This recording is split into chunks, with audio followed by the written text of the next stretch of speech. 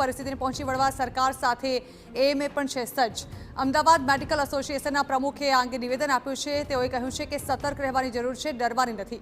હાલ જોવા મળતો ઓમિક્રોન વેરિયન્ટ વધુ ભયજનક નથી। વેક્સિનને લીધે કોરોના સામે લોકોની રોગપ્રતિકારક ક્ષમતા વધી છે। બાળકો તેમજ વડીલોની વિશેષ તકેદારી રાખવાની જરૂર છે। શરદી ઉધરસના લક્ષણોમાં તાત્કાલિક ડોક્ટરની સલાહ લેવા સૂચન કરવામાં આવ્યું છે।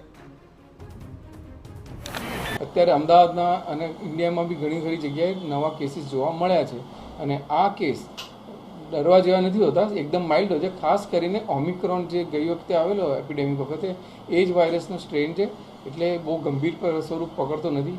બીજી વસ્તુ એ કે અત્યારે વાઇડસ્પ્રેડ કોરોના થઈ ગયોના કારણે મોટાભાગની લોકોને અને વેક્સિનના કારણે લગભગ મોટી વસ્તીમાં ઇમ્યુનિટી અથવા તો રોગપ્રતિકારક શક્તિ ડેવલપ થઈ જ ચૂકેલી છે, એટલે એના માટે ખાસ કંઈક ડરવાની જરૂર નથી। જણાવ્યા અનુસાર હાલ કોરોનાના કેસ વધ્યા છે, પરંતુ તેમાં પેનિક થવાની કોઈ જરૂર નથી। સતર્કતાના ભાગરૂપે તે જરૂરી છે કે શરદી તાવના સંજોગોમાં ખાસ નિષ્ણાત ડોક્ટર્સની સલાહ લેવાય।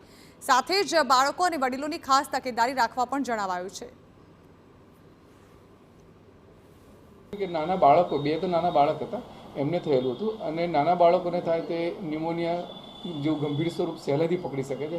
એ સિવાય મોટી ઉંમરના લોકો, ખાસ કરીને 60+ કે જેમને ડાયાબિટીસ, બ્લડ પ્રેશર કે હાર્ટની કોઈ બીમારી હોય, કેન્સરની કે કિડનીની બીમારી હોય, એવા લોકોને બહુ વધારે ગંભીર સ્વરૂપ ધારણ કરી અને ન્યુમોનિયા કે ફેફસાની બીમારી થઈ શકે છે, એટલે એ લોકોને ખાસ સાચવવા બહુ જ જરૂરી હોય છે।